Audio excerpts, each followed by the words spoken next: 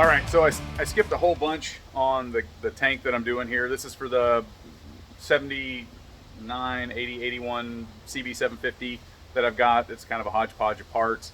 I'll put a whole video together when I got it kind of more together. But it's I'm going lowrider style, kind of old school chopper style on here. I'll put some pictures up. I just got so busy, I got into laying out design, everything, didn't even think about recording it. So what I'm doing right now is on these panels right here, I'm using what's called a Crystal FX, and let me swap the camera around and I'll see if I can't catch it on camera. Let's see if these will show up on camera at all. You can see those lines that are kind of showing up in there. There's a additive, and this will show up way more. You can see all the lines as they're going in there. It'll be way more apparent once I start painting it and do the full effect. But you can buy this stuff called Crystal FX, and it's really cool. It does the same thing, but this is my little homebrew of it. It's just urea fertilizer, which is a high nitrogen fertilizer. You mix it with water, give it to a low heat, don't boil it, about 100 degrees, warm bath water, and put a couple dabs of dish soap in there to act as a surfactant so it rolls out. And you just rub it on with a cloth, let it dry, and I'll bring you back and show you what it's going to do once I hit it with some paint and some candy coat.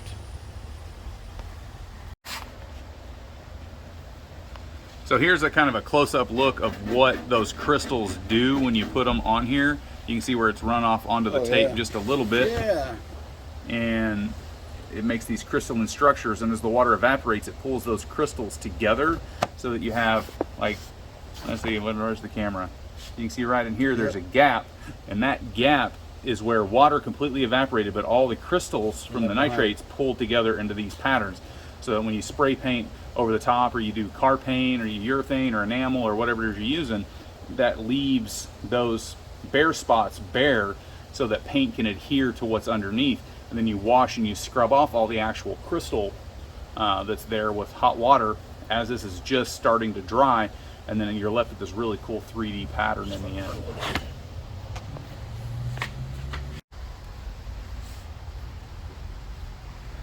So the mix that I'm using is just Summit's brand single stage urethane reducer, urethane activator, and some of their like hot rod black color.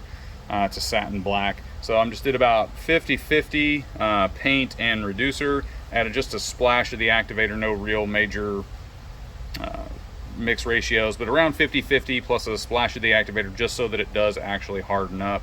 You can spray this with a base coat or spray paint or just about anything you want, doesn't really matter, because it's all going to get covered with candy and clear eventually anyway, so that'll seal it up really well. You can use whatever airbrush you want. I've got an old Aztec kit from Testers. It's got all the different cup sizes, spray sizes, nozzles. I've got the basic little plastic one, not the metal one, hooked up to a little compressor here. Real basic setup, but you can do this with the $5 one from the Hobo Freight, or you can get a really nice Iowata or Pache kit or whatever it is you want to use for it. Doesn't really matter. And like I said, you can do this with regular cheap rattle can spray paint just as easily. All right, so again, all I'm doing here, basic airbrush stuff. I'm gonna go ahead and give it a full coat because all this is getting washed off, and you'll be able to see as I go here. Like I said, you can still see some of the shimmer underneath, and that's good. I'm just gonna give it a quick coat. Because this is airbrush, it's super controlled, so I don't need to go too crazy taping stuff off here. I just need to get a good layer of paint down.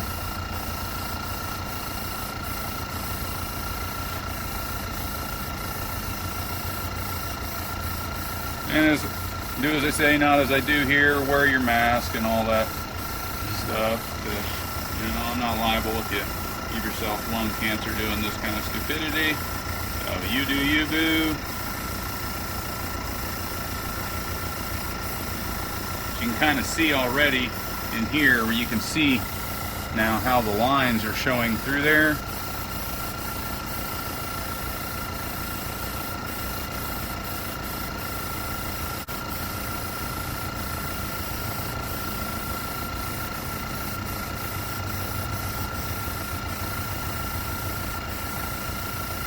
And you can do this with a full-size spray gun and everything else too, but I'm set up for the airbrush here because I've got so much airbrushing to do with all the pinstriping work that I've got on here. So I'm just using the airbrush. This would go, obviously, if you tape the whole thing up fully and then sprayed it with your real spray gun, this would obviously go far quicker than what I'm going to use. Go and it'd be done. Same thing with spray paint, obviously. But, you know, and that's all you do. Just wash, rinse, repeat. These are going to be the same kinds of techniques that you use when you're fading your edges here for all of your typical airbrush style fades around the edge. That's all you're going to do. I like to go ahead and get my edges coated first, and then I can just, and this puts out so little paint, you can really just kind of lay it on.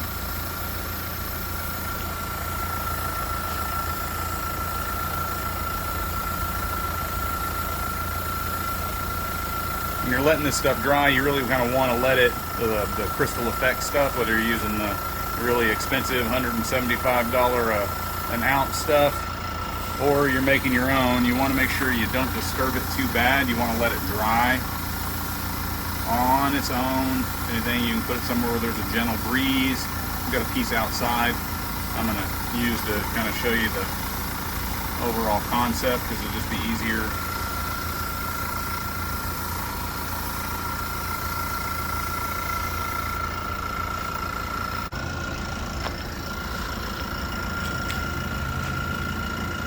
So this is fish scale basics. I'm not trying to be super particular here. I want this kind of rough and irregular, but I'm doing it so that I get kind of a two-tiered effect. I'm doing it real heavy across the top and then giving it a light spray across the bottom of these. And I just hand cut these. I didn't do anything particular with them. Just try and keep it going mostly square with the tank here. Get a little off, bring it back. You're just going from valley to tip. So I've sprayed it like that so you can see that. So I'm just, the next thing I'm doing here is bringing the tips down onto the previous points that were in the valleys on the last one. Are your scales going to drip? Should we drop the line, wipe them off? Nope. I'm putting so little paint down. Like, I'm still using, just for comparison here, I'm still using the same little jar of paint I mixed up to do the full sides here. Like, I haven't added any paint into the gun yet.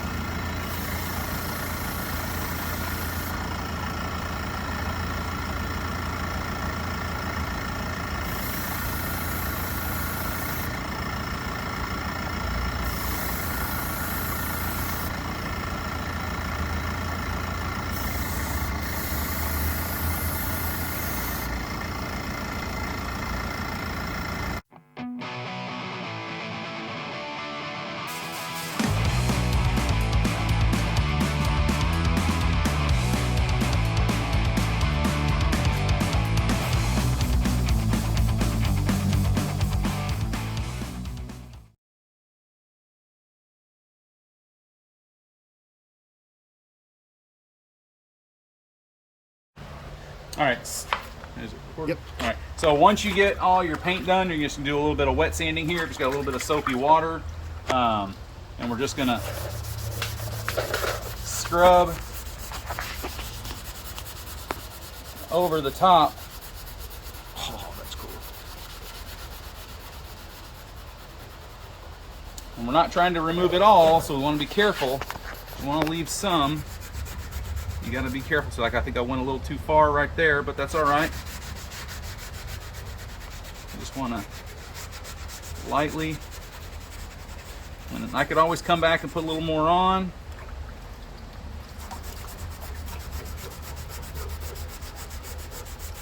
Just want to go slow. I'm just using a red Scotch-Brite. Green Scotch-Brite would probably be a little better.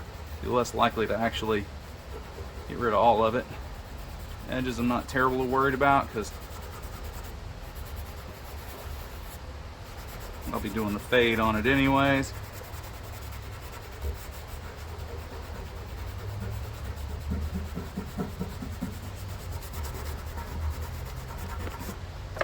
You see that's the crystal pattern, and you can see the flake underneath.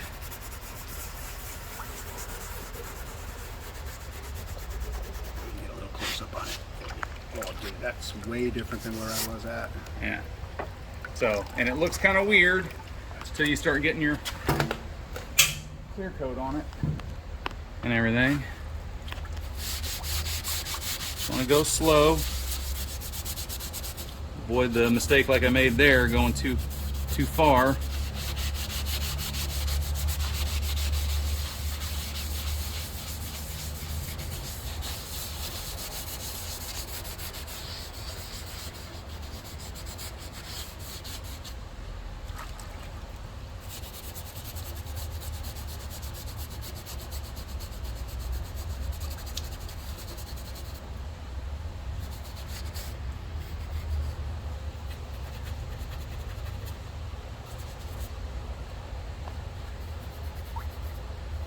Most of that I could probably leave and just make that the fade when I come back with the airbrush later.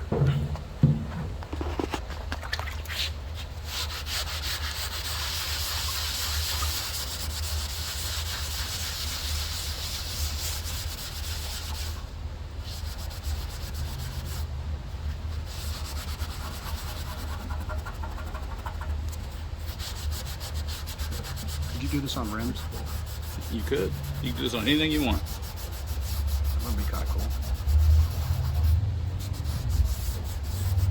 Because it's so random, I mean, you really can't mess it up. So even if you go a little heavy, it's just a accent spot inside this giant spider web of craziness.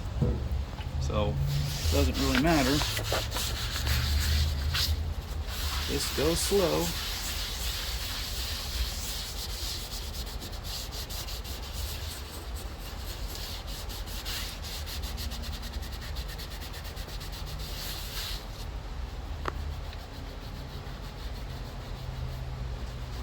You can see obviously with all the sparkly bits on there, I mean, this is getting down into the clear and into the glitter, so flake, whatever you want to call it. I call it glitter because I hate glitter. The burning passion that doesn't die. But I wanted this old school chopper paint job, so I'm suffering for my art, as it were, right now. There you go.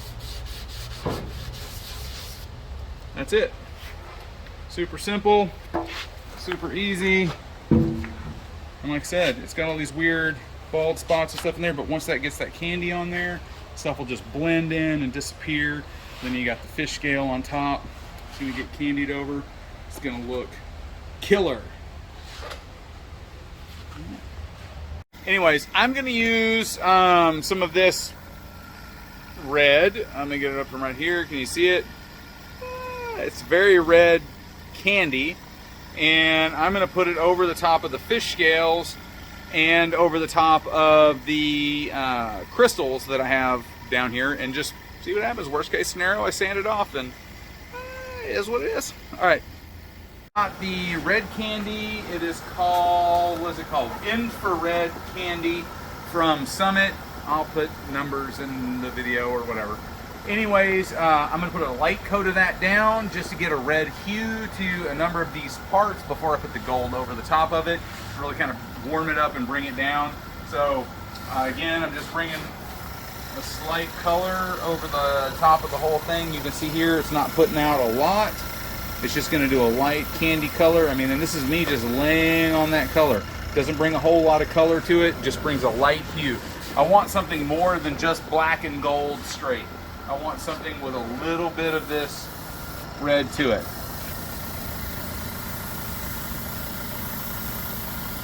So, you can't even tell that I'm painting this right now.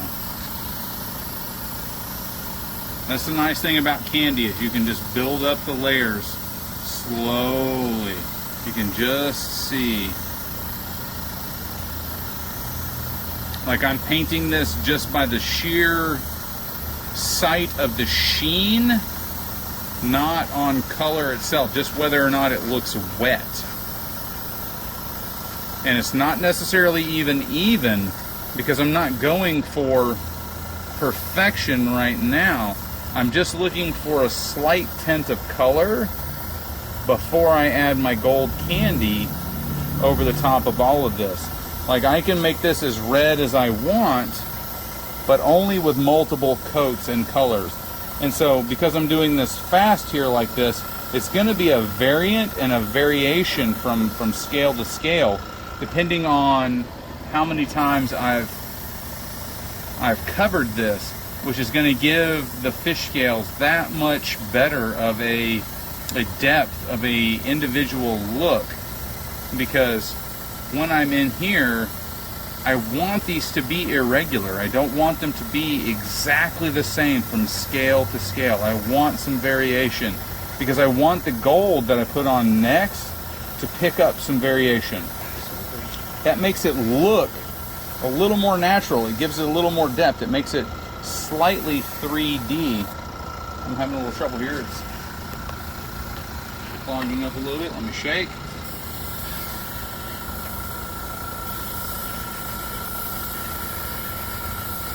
I didn't reduce this quite as much as I reduced the others.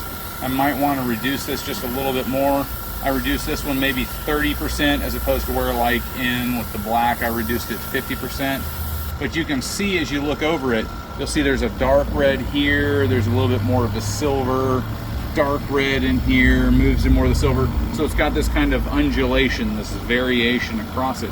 And I'm absolutely fine with that as it goes across, because I want this to have depth and change. I want it when the light hits it to change from one. You know, I thought about adding some more in here, but I like this. I want this to be rough. I want it to be irregular.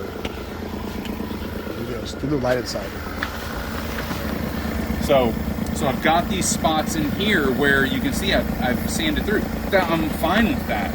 I think that's going to give it a variation. I think it's going to make it look a little rough, a little weathered, a little aged. So I don't care. So let's go ahead and paint over the top of these.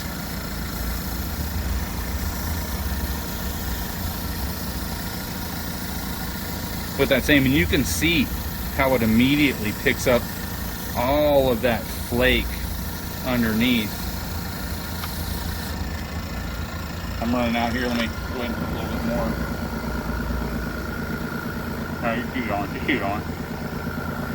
Oh, overfilled. Eek.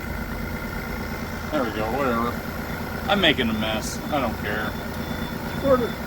Nothing, a little bit of lacquer thinner won't clean up, or a lot of lacquer thinner and effort. Whatever.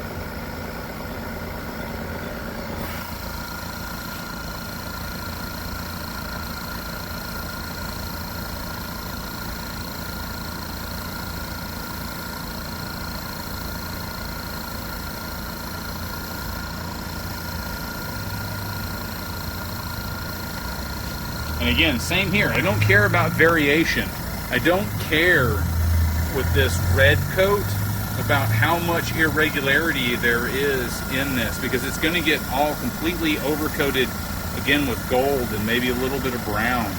So it's going to completely change the hue of all of this at the end anyways. But you can see as I go across, it's just barely putting that color down. And I'm okay with that. Just making my circular motions here. I don't mind the variation at all. I'm absolutely fine with it.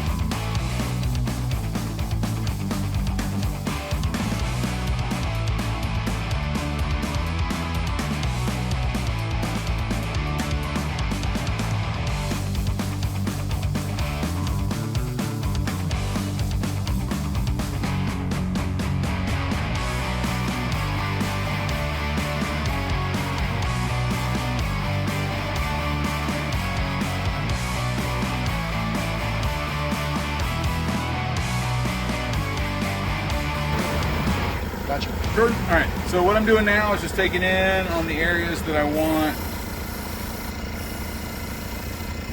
the black. In here, I want a fade of black. I don't want solid black in these areas here in this crosshatch. So I'm just gonna do a light coat. I want a little bit of the silver to show through. That's just what I want. You could always do different.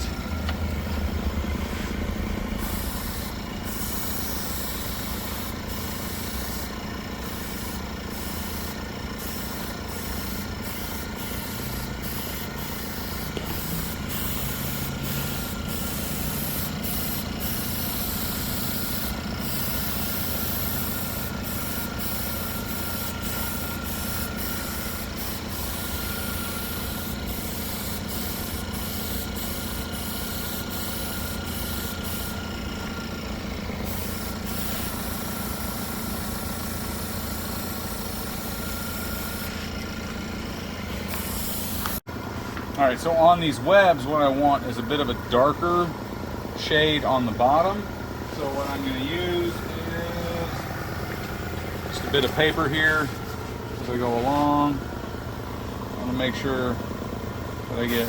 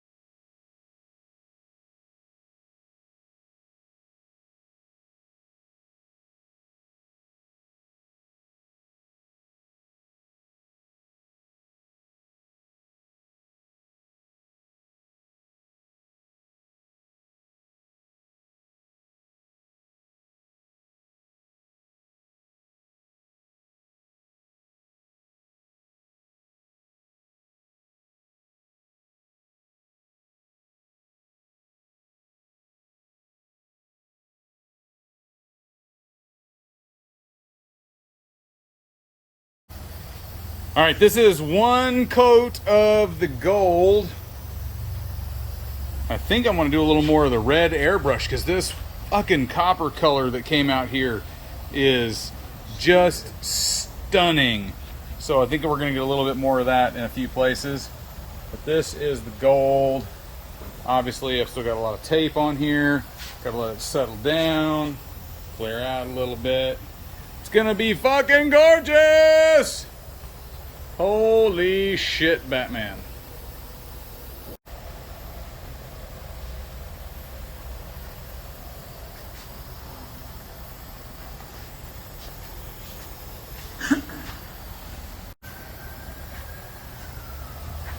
All right, I got a few runs, but ultimately it's gonna be pretty badass once I get that sanded down a little bit and get a big heavy clear coat on it.